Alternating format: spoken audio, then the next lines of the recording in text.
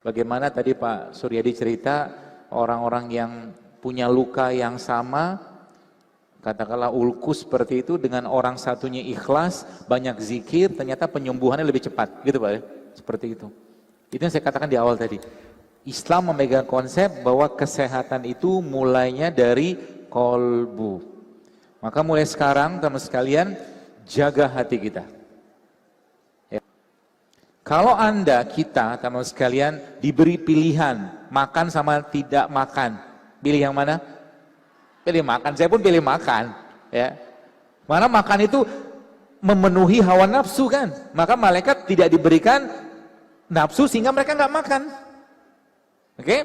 Karena Allah Maha tahu bahwa kita sukanya makan, lebih kalau disuruh nggak makan, nggak mau, maka Allah wajibkan untuk tidak makan. Namanya apa? Puasa Ramadan. Lihat bagaimana SOP buku manual yang kita itu. Allah wajibkan supaya manusia itu menjaga hatinya, menjaga imannya, menjaga fisiknya dengan cara diwajibin. Dan kalau Anda baca dalam surat Al-Baqarah itu, ya ayyuhallazina amanu kutiba alaikumusiyam kama kutiba alal ladzina min qablikum. Min qablikum itu maksudnya apa? Puasa itu syariatnya sudah ada sejak zaman nabi-nabi dulu. Karena apa? Karena manusia kita, sejak nama Nabi Adam, sama prototipenya, atau mungkin badan kita itu sama, cuman beda di ukuran dengan Nabi Adam. Nabi Adam tingginya 27 meter, kita 2 meter udah tinggi banget. Oke, maka bagaimana cara membuat badan itu sehat? Salah satunya adalah toolsnya adalah berpuasa. Allah berikan puasa, wajib 30 hari selama Ramadan puasa, stop makan. Tapi sayangnya di negeri ini kita justru malah Ramadan inflasi kita paling tinggi. Betul? Ibu bapaknya sibuk makan apa, sahur apa, buka apa, sibuk buka bersama dengan siapa, tapi Al-Quran 1 juz pun tidak terbaca 1 hari. Betul? Betul. Padahal Ramadan tuh dijadikan Allah bulan untuk memperbanyak ibadah, bukan makan.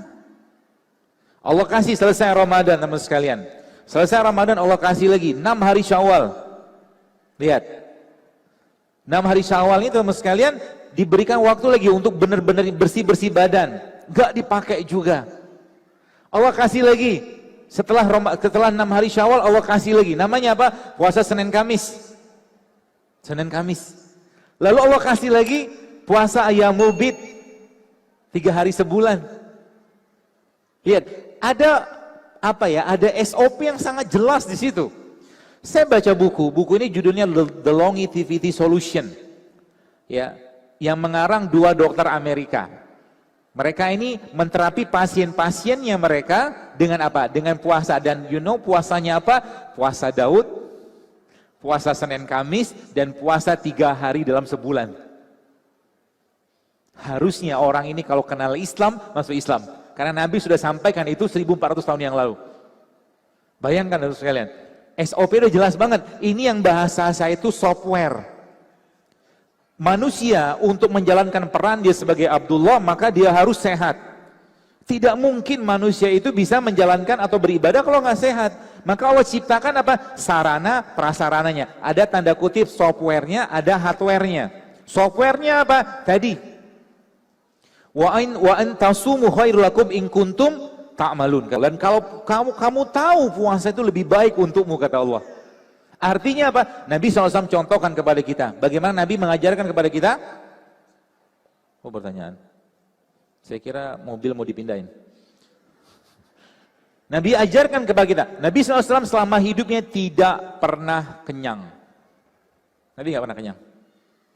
Ubannya Nabi kita alaihissalam ketika meninggal 3 lembar. Uban itu tanda oksidasi, tanda penuaan. Kenapa? Makan beliau tidak berlebihan, bahkan pernah disebutkan dalam sebuah riwayat Rasulullah SAW itu ternyata dalam sebulan beliau hanya makan kurma dan minum air. Dan ini detoksifikasi yang terbaik. Kalau Anda baca feed saya tadi pagi, memang iya. Bahkan kemarin saya dapatkan ada seorang yang mengabarkan ke saya, dia bilang tumornya hilang setelah dia menerapkan hanya makan kurma dan minum air putih. Lihat, Nabi kita tuh manusia yang paripurna. Saya, Pak Suryadi, ya teman-teman dokter ini sekolah dokter. Pertanyaannya, ada role modelnya nggak? Ada orang yang bisa dijadikan contoh nggak? Yang sehatnya paripurna? Nggak ada. Nabi sangat paripurna, nggak pernah sakit. Sakitnya pun cuma 2 kali.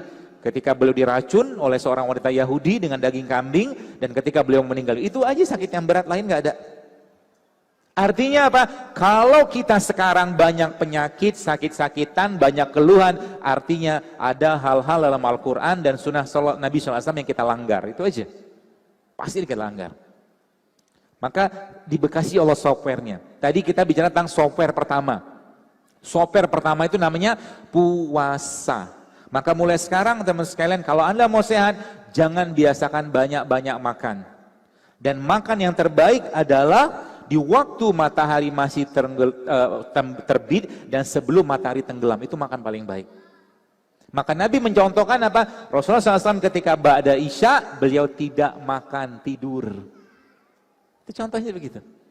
Nanti malam kita lihat, apakah Anda masih makan. Ya.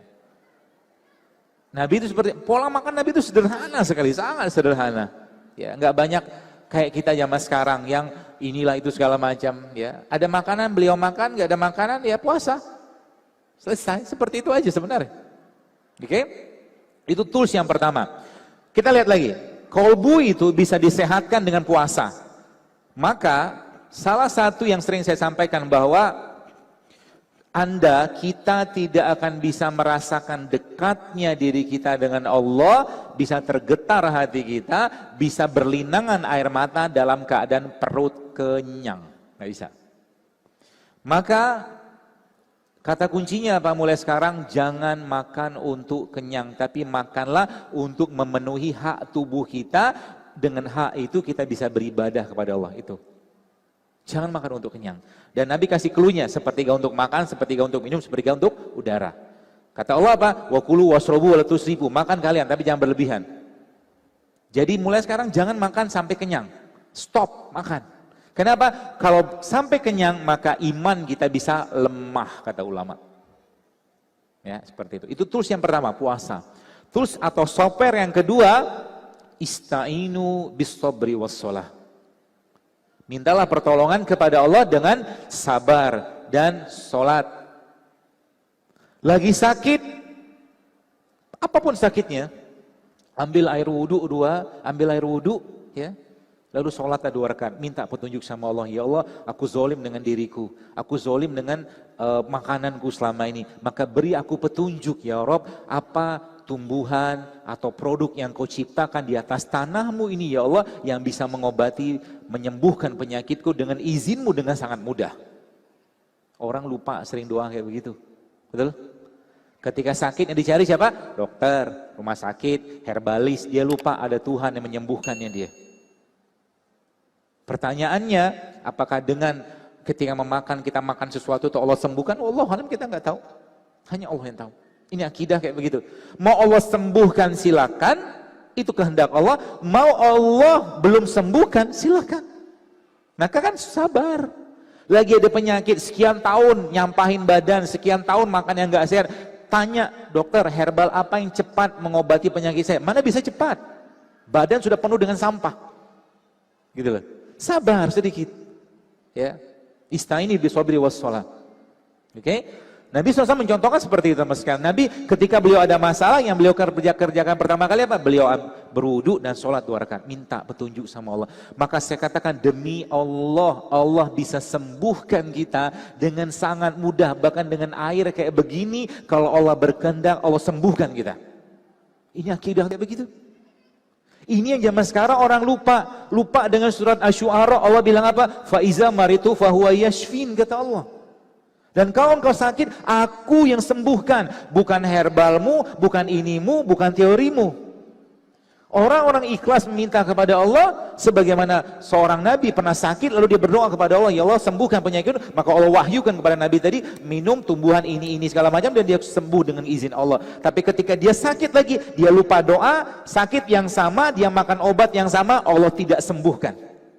Itu dahsyatnya doa.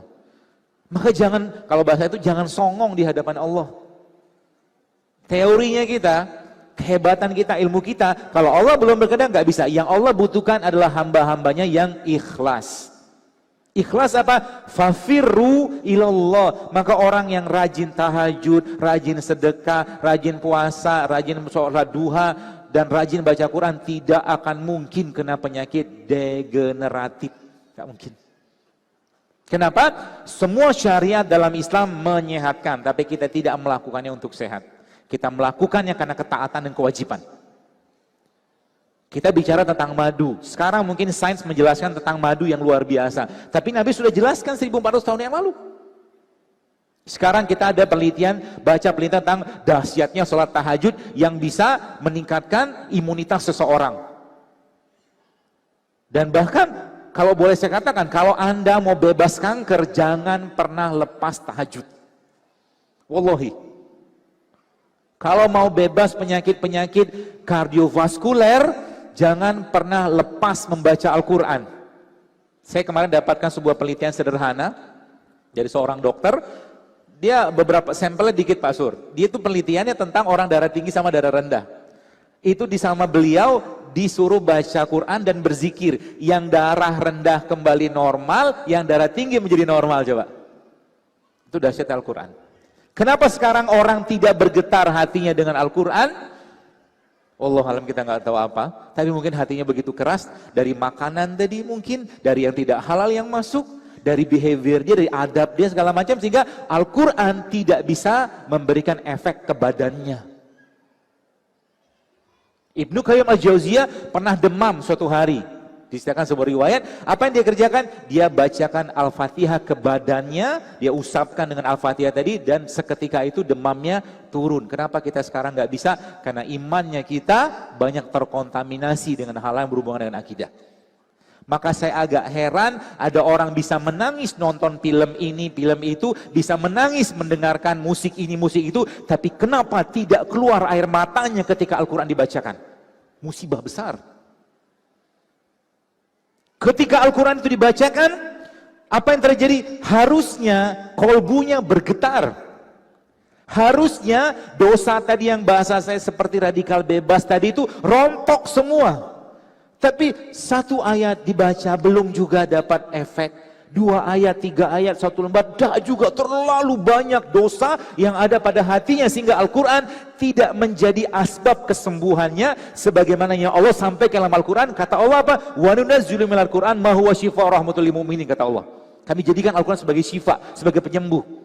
Maka saya katakan Bapak sekalian, kalau Anda punya penyakit apapun, pengobatan yang perlu Anda lakukan pertama kali adalah bacalah Al-Quran. Di situ ada mukjizatnya. Buat diri kita tuh bergetar. Bahkan Umar bin Khattab mengatakan dalam sebuah riwayat, kalau engkau membaca Quran maka menangislah, kata Umar. Kalau kau tak mampu menangis, kata Umar, paksakan dirimu untuk menangis. Umar bilang begitu. Kita begitu gampang melihat sesuatu yang akhirnya mungkin heart touching, heart soothing, mata kita mengalir. Tapi kenapa Al-Quran tidak memberikan efek gitu loh? Ya. Kenapa Al-Quran? Ini saya katakan tadi, mari kita kembalikan kepada tanda kutip softwarenya Allah. Ya. Maka ketika Anda baca Al-Quran, minta sama Allah, ya Allah jadikan Al-Quran yang ku baca ini menjadi wasilah penyembuhan penyakitku. Bisa nggak? Insya Allah, kalau kita yakin pasti bisa.